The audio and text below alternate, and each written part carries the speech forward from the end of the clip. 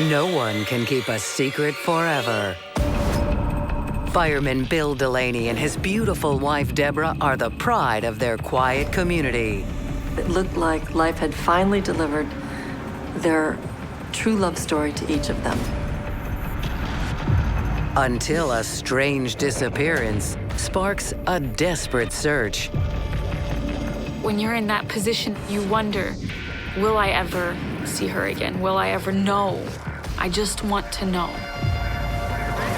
And a suburban fairy tale goes up in flames. If you can't satisfy me, I'm gonna have to find someone who can. All marriages have secrets. And even in the most suburban, normal homes, we never know what happens behind closed doors. Every investigation that comes across my desk, we know there's gonna be secrets. Soon, every dirty little secret will be revealed.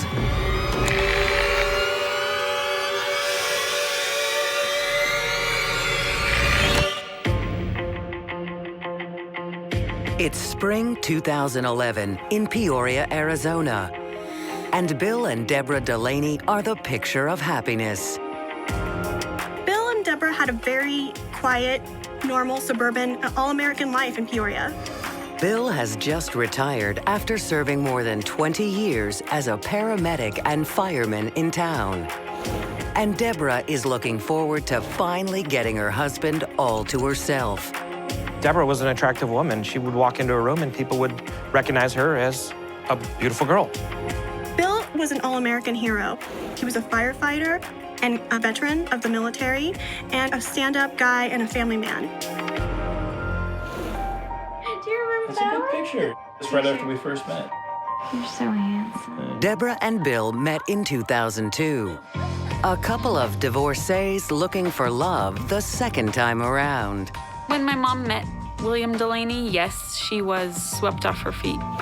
He made her feel extremely loved and extremely cared for. Their instant chemistry immediately exploded into a hot, fiery romance. Deborah and Bill couldn't keep their hands off each other. She moved in shortly after they started dating, and they were married within a few months of actually meeting. How are you doing?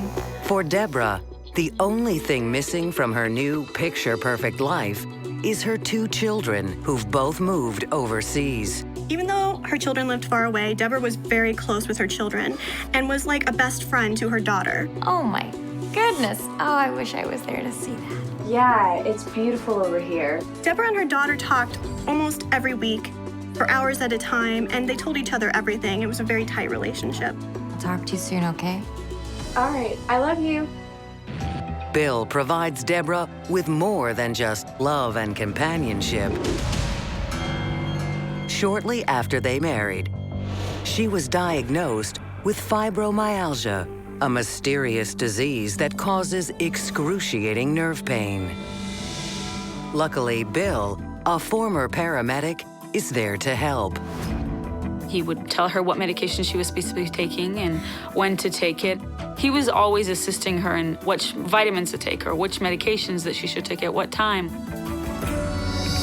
Despite Deborah's health problems, the Delaneys seem to have a bright future ahead of them. But on Easter Sunday 2011, all of their dreams go up in smoke.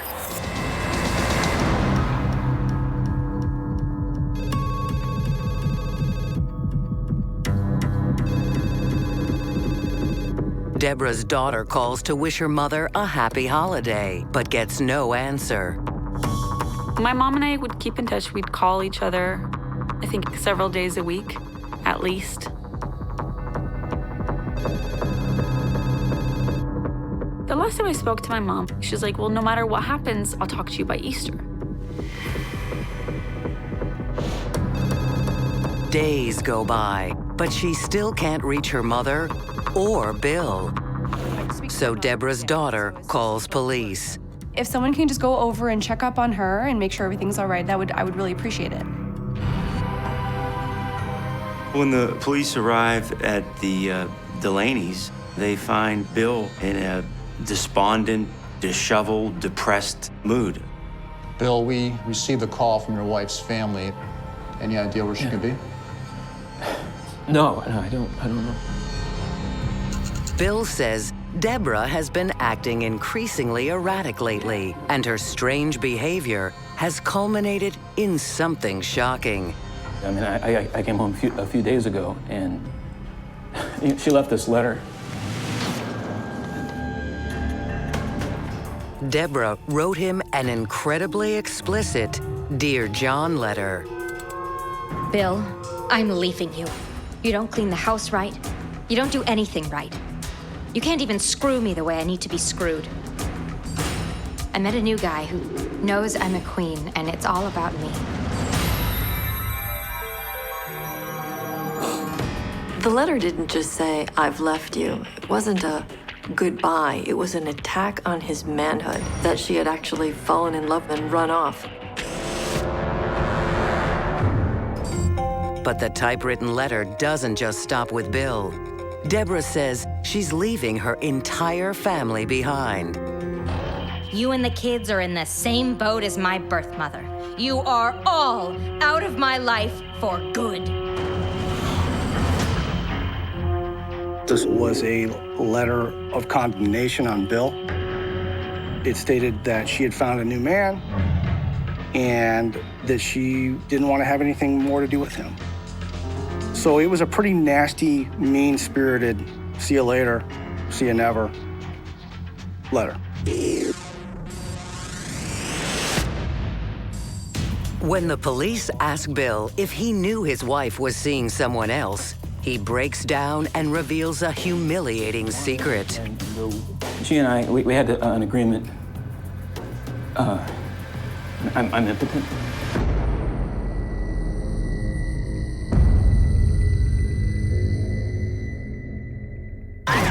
A minor stroke earlier in the year has rendered Bill impotent. He's been unable to be physically intimate with his wife ever since. This is awful. I can't live like this. I have needs too. Bill, look at me. And that's put a huge strain on their marriage. Because Deborah has insatiable carnal needs. Bill only saw one solution. Come on, Aunt, help me out here. Fine, do it! He gave her permission, as you will, to obtain a boyfriend so that she could be satisfied.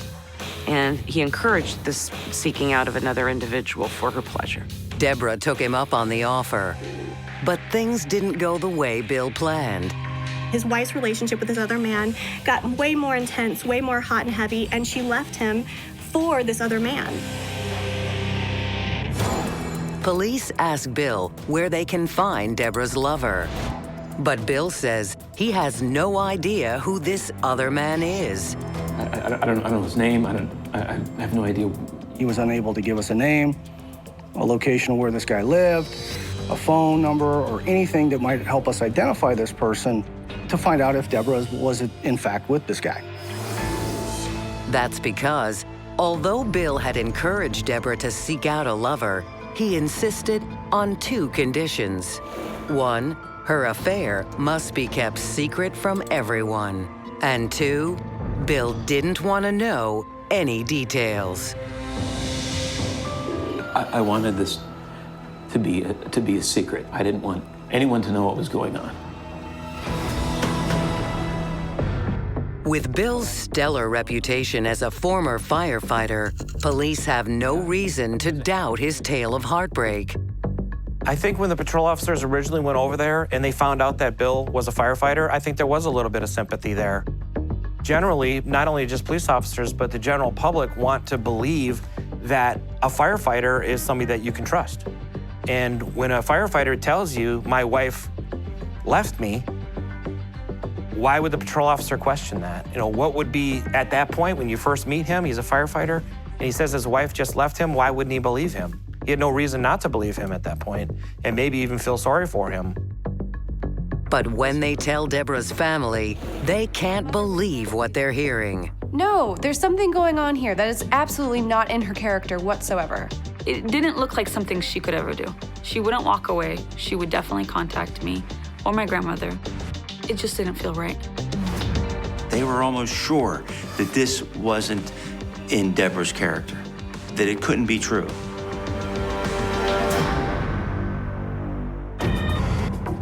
But police know this wouldn't be the first time someone kept a secret from those closest to them. Spouses leave each other all the time, of course, so there was no reason to believe that this case was anything other than that. Deborah was a very attractive lady.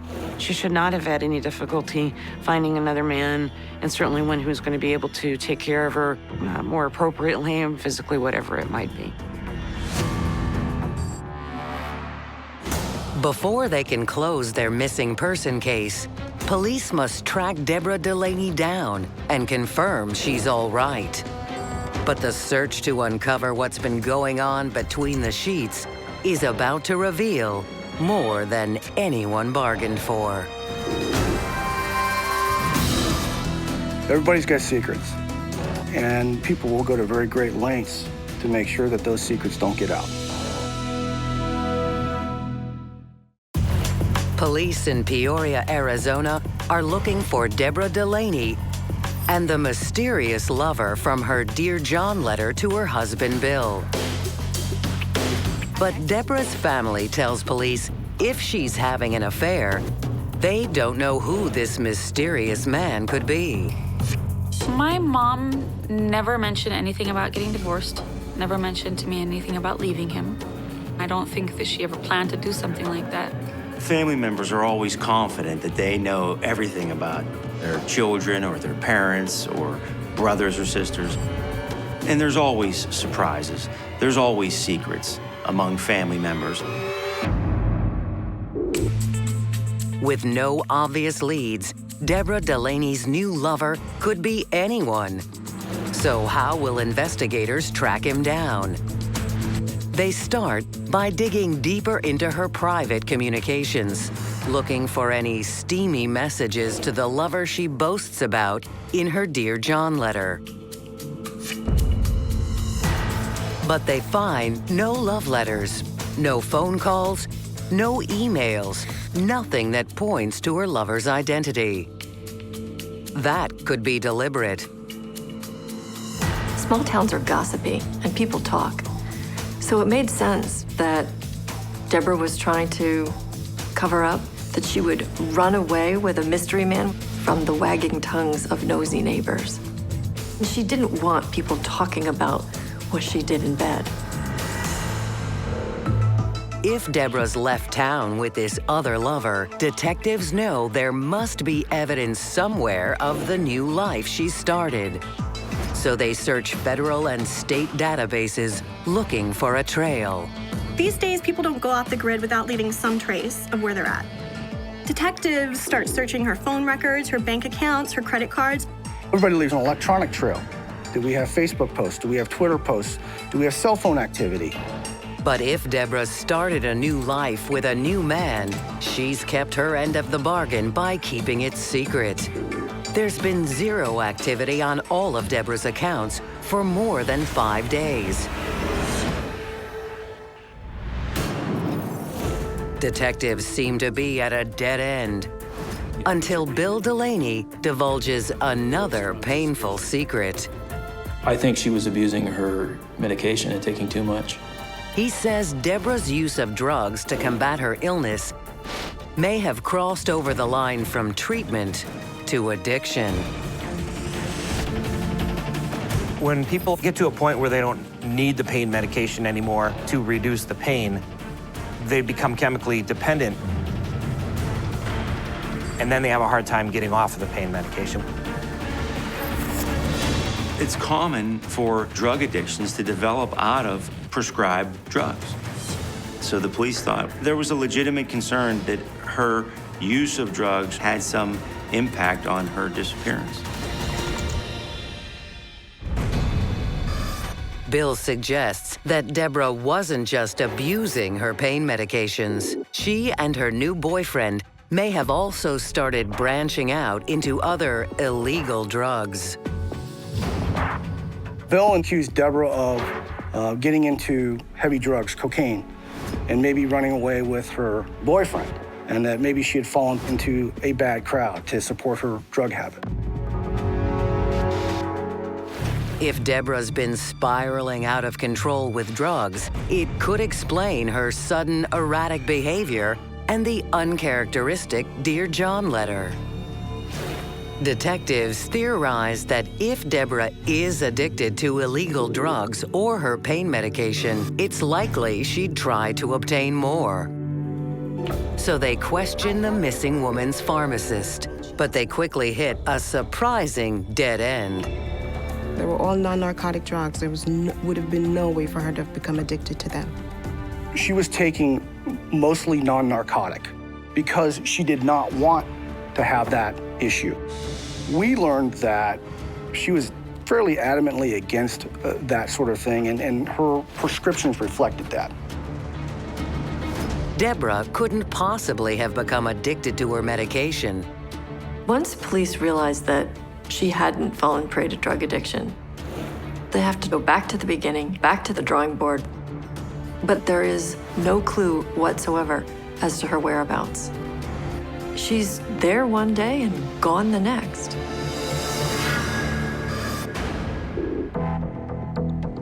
Even more surprisingly, Deborah hasn't filled any of her prescriptions anywhere in the country since she's gone missing. I've checked our system, and she has not filled the prescription elsewhere. But even if she hadn't been abusing her medications, a woman with a chronic medical condition would still need to fill her prescriptions. She might be in more danger without her meds than with them. People don't disappear without a trace. And when someone vanishes into thin air, it raises the question, are they alive?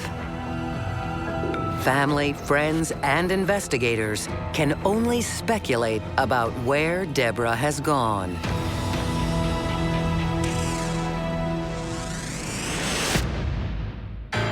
When you're in that position and at that moment, you wonder, will I ever see her again? Will I ever know? I just want to know. Suddenly, detectives have more questions than answers. Is there really a mysterious lover out there, hiding in the shadows? What's the secret behind Deborah Delaney's disappearance? And who's keeping it?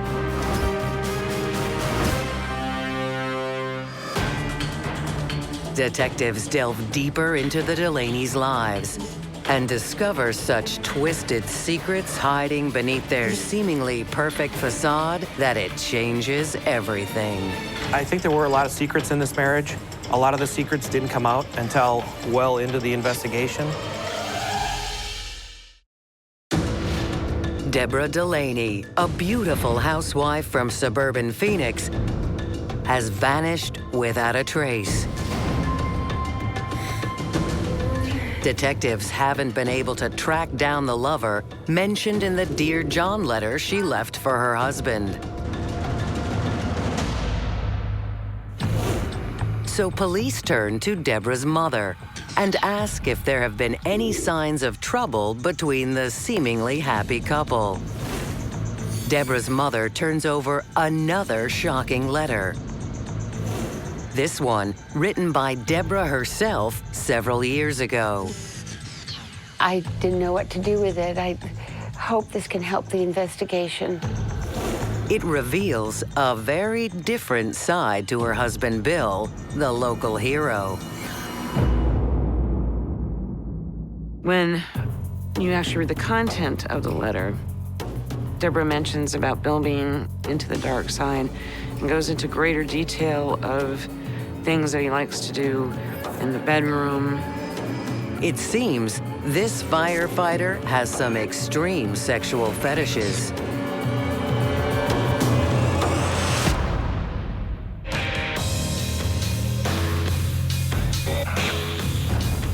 He enjoyed dressing up in women's clothing, women's underwear, and having Deborah perform certain acts on him. He tried to make my mom do things that sexually she'd never wanted to do. He wanted her to go swinging with him. He didn't care if he degraded her. Bill had a lot of secret desires, and he had a lot of things that he liked to do that I think your everyday household would be shocked by.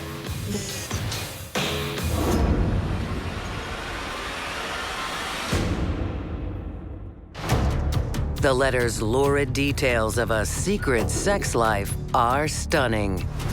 Could the cross-dressing firefighter have done something to his wife to keep his fetish from going public? You know, these types of acts are not illegal, but is it something that a 25-year veteran firefighter wants to get out to his buddies at the firehouse? Probably not.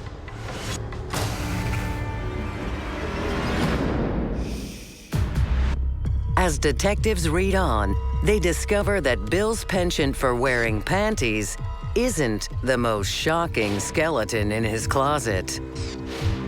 It seems he's also running a secret scam that could really get him into hot water with authorities. In addition to Bill's kinky fetishes, he was also hiding Social Security fraud. His mother had died several years before, but he was still cashing her Social Security checks. The Social Security crime and the scam that he was doing is definitely something he'd want to keep secret. He probably confided in Deborah and told her about it. It's fraud. Well, yeah, but who cares? And then if she had threatened to expose him on it, it put her in danger. I'm gonna tell everyone what you do. You do not say a word to anybody.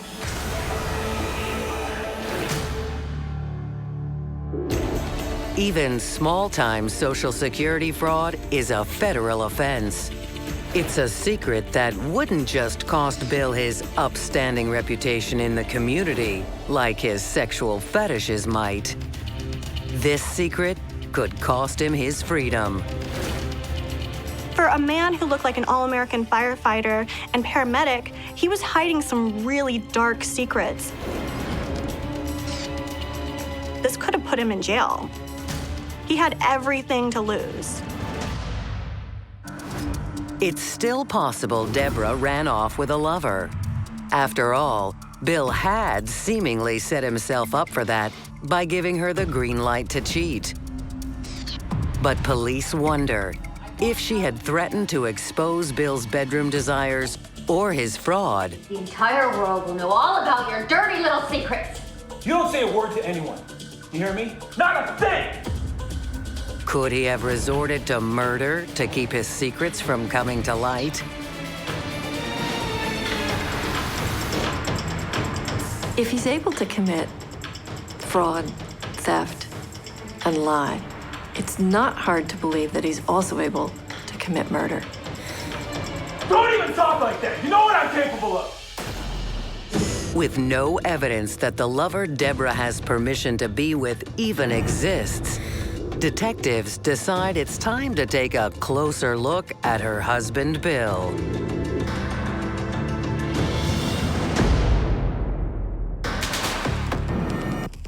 On a hunch, police subpoena the former paramedic's medical records from the fire department.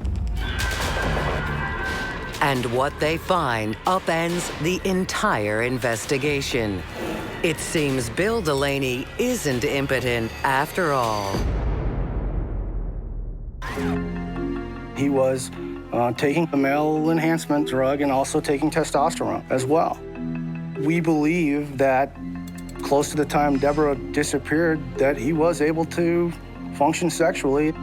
The fact that Bill said he couldn't perform sexually anymore, yet his medical records showed that he was taking medication to assist him with that, was a red flag. Police have Deborah's Dear John letter analyzed by experts and discover Bill's been lying about that too. It seems he most likely wrote it himself. When we looked at a lot of the writings from Bill's Facebook page and compared them to the content, the grammar, kind of the style of writing to that of the letter that was supposedly left by Deborah, they matched almost identically. The former firefighter and paramedic is a local hero, a man seemingly above suspicion. But it seems clear to police that he's hiding something more than his sexual secrets. If he's faking the Dear John letter, detectives start to get very suspicious of what else he has to hide and what maybe he had done with Deborah. The ongoing search for Deborah Delaney has yielded no results. Police begin to fear there is no secret lover, and that Deborah is not just missing, but dead. And with two solid motives, Bill is quickly becoming the prime suspect in his wife's potential murder. But with no body and no evidence of foul play, detectives are unable to prove their suspicions. We didn't have a crime scene. We didn't have her body. When you have a body, you can normally tell how the body died. Gunshot wound, stabbing, suffocation, strangulation, broken bones. You can then paint a picture as to where it occurred. We didn't have any of that in this case. We didn't have any physical evidence at this point. Just when hope of cracking the case seems lost, investigators learn Bill has even more secrets he's desperate to keep. Secrets that may add up to murder. When people keep deep, dark, horrid secrets, they do it just for one reason and one reason only: to protect themselves.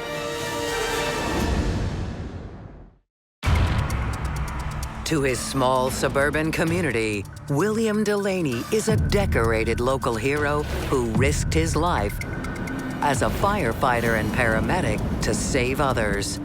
But he's also hiding sexual secrets that could prove embarrassing.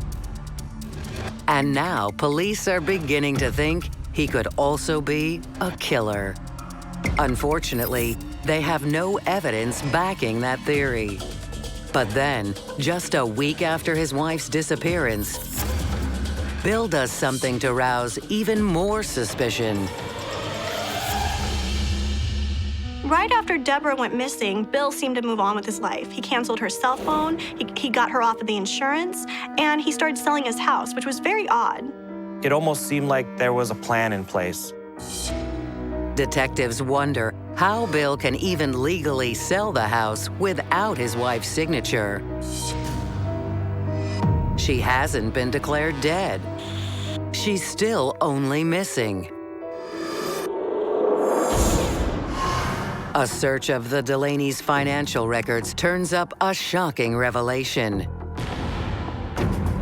Shortly before Deborah disappeared, the couple created a living trust that placed all their assets in Bill's name.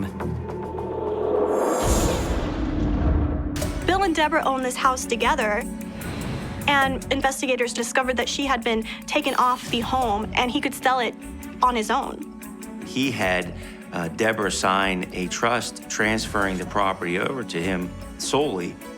I need you to sign something, okay? I just made a few changes to the trust. I just need your signature. Deborah's family swears that she would never have signed over everything to Bill.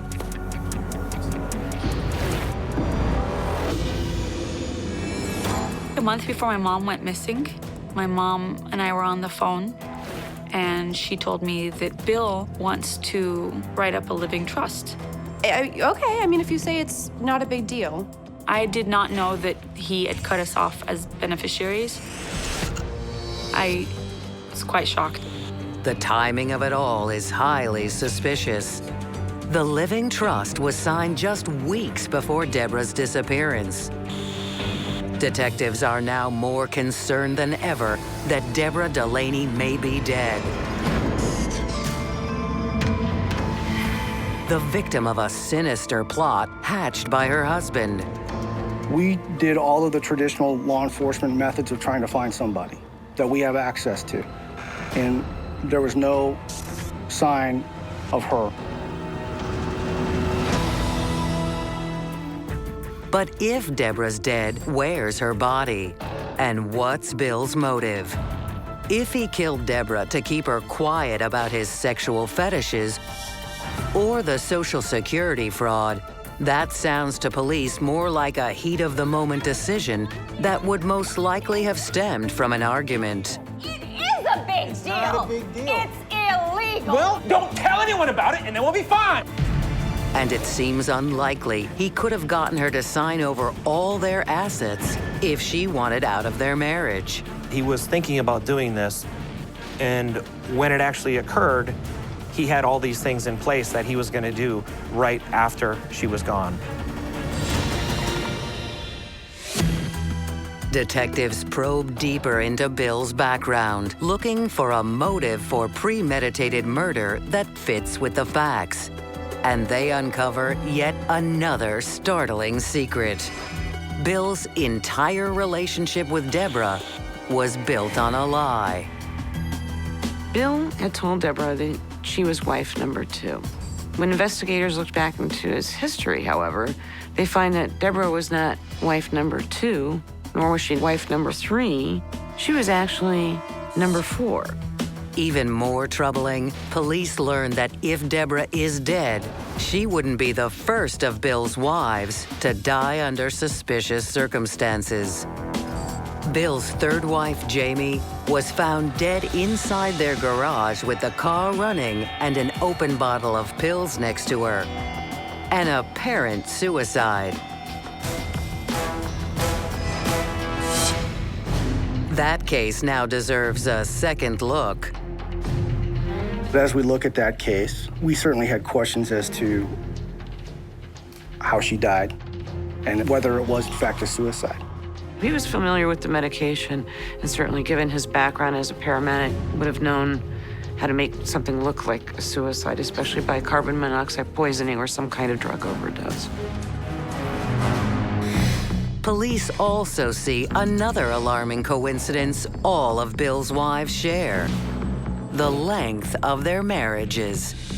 I was noticing a pattern with Bill's previous wives that as soon as they got toward the 10-year mark, either they would end in divorce. I'm leaving you. I am out of this marriage. Or an unfortunate accident would happen. And police think they know why. I'm tired of your lies and your secrets. Bill Delaney's second marriage ended in divorce. And I'm going to take all of the money as well. No, you're not. Yes, I am. No, you don't touch my money. Have you ever heard of alimony, all right? And after 10 years together, the law entitled her to half of all Bill's assets, crippling him financially. Bill learned that divorces cost money, and those divorces are going to impact the rest of his life financially. Police are beginning to see an evil pattern emerging with Bill and his wives. I'm not afraid of you. I know what I'm entitled to. Wife number 3 died just months away from their 10th wedding anniversary.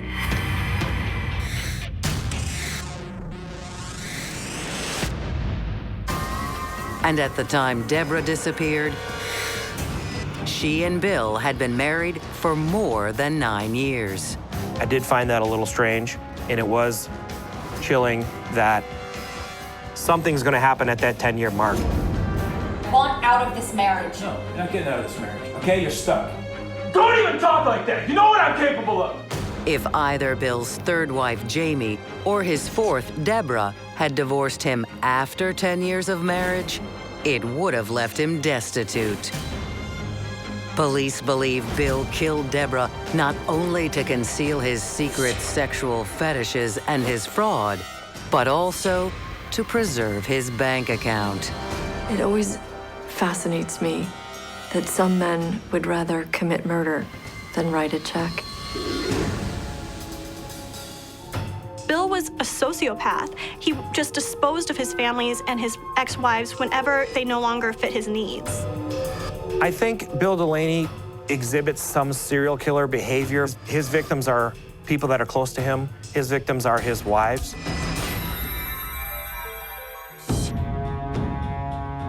Even more distressing, police learn that Bill may have already started looking for wife number 5. Within a month and a half, we learned that Bill was now keeping company with another woman. to know that he's on the loose, trying to squirm his way into somebody else's life. It was scary. He had found his next victim. If police, in fact, have a serial killer on their hands, they need to stop him before he strikes again. But without proof, there can be no arrest, and time is rapidly running out. At this point, police are getting very anxious. He's a very dangerous man, and they don't know what he'll do next.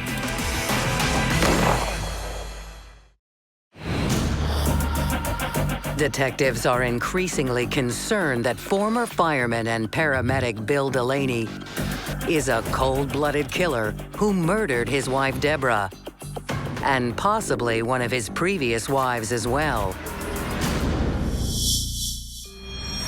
Bill Delaney was really living a secret double life, and he had gone decades keeping these secrets from everyone. The public viewed him as a well-respected fireman, and in truth, he had a lot of perversions. He was hiding all this background with his wives and the secrets that he kept in these marriages.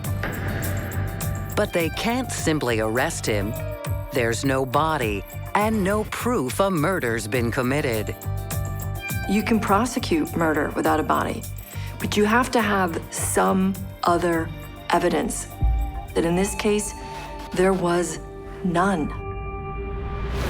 The only thing police have on Bill is the Social Security fraud, and that's out of their jurisdiction. It's a federal crime and, would be investigated usually by Social Security Administration or the IRS. And even more troubling, Bill has a new girlfriend. One police fear could become a new victim if she uncovers his secrets. The clock is ticking. At this point, police are getting very anxious. He's a very dangerous man, and they don't know what he'll do next. Detectives can't wait for a smoking gun any longer. They bring Bill in for questioning. It's a long shot, but they want to see if they can get him to slip up and confess to murdering Deborah. Look, I want to find her just as much as you do. Of course, I do not know where she is. Bill would continually tell us, I don't want to talk to you guys, I have an attorney, but he couldn't help himself. And he spoke to investigators at length, providing more outlandish claims as far as what could have happened to her. She might be in Florida. She might be in, New Mexico. That he didn't kill her and he didn't know what happened to her. Bill swears he had nothing to do with his wife's disappearance. You need to tell us what we need to know. You need to tell us the truth. But when detectives turn up the heat, the firefighter begins to sweat. We told him that we knew about his deviant sexual behaviors and tastes. He admitted that. Okay. That's our business. That was our private business. It wasn't illegal. I didn't hurt her. Then there's that Dear John letter supposedly written by Deborah. And he even admitted that he may have manipulated the note in some manner and changed it. That's it. I have nothing else to hide. I don't know where my wife is. Bill swears he's all out of secrets. How long have I been? I've been here for hours. I've told you everything I know. But the interrogation is clearly starting to get to him. He knew, we knew, and that we'd figured it out and that we weren't going to allow him to go. Please do not think that you're going to get away with this, because you won't. I think when we left that day, one of the detectives told Bill as we were leaving, is the next time we see you, Bill, we're coming up here to put handcuffs on you for killing your wife. It's going to be an uphill battle for police. Without a confession or a body, their only chance is to build a circumstantial case against Bill Delaney and hope it's enough to convince a jury he murdered his wife in order to cover up his secrets. They're difficult cases to prosecute, so police are waiting for one big lead. They're waiting for one more piece of circumstantial evidence that might put them over the top. Detectives have been interviewing family, friends and former co-workers looking for anything that could potentially tighten the noose around Bill's neck. And finally, they get a break when several firefighters come forward with a strange story that happened just days before Deborah disappeared. We interviewed a couple of firefighters who said they came over to his house and helped him load a trunk into the back of his Jeep. They said they didn't know what was in that trunk, they just helped him load it into there. Police are now sure they know what happened to Deborah Delaney. She left the house in that trunk and was put there by her paramedic husband, Bill. The night of April 18th, after the phone call with SORAYA, he most likely drugged her or suffocated her or did something. He probably removed that body from that home and dumped her body in the middle of the desert.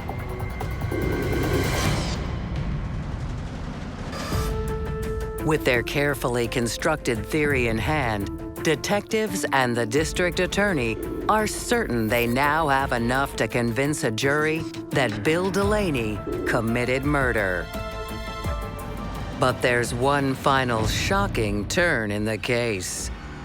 The police have built their case. The prosecutors are confident. They're days away from filing murder charges against Bill, and none of them could have expected what would happen next. It seems the revered town hero isn't willing to face justice. Detective Bowie and I were working down here at our desks when we got the phone call that Bill had shot himself.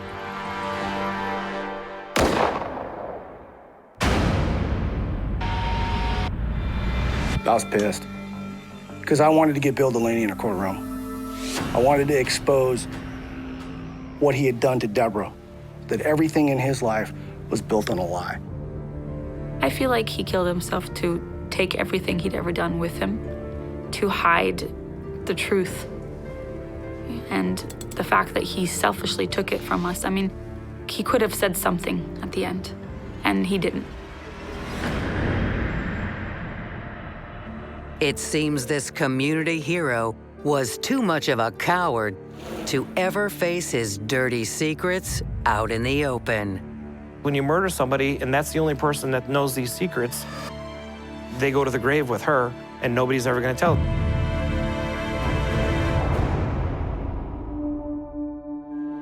2 years after her disappearance, Deborah's body is discovered in the Arizona desert.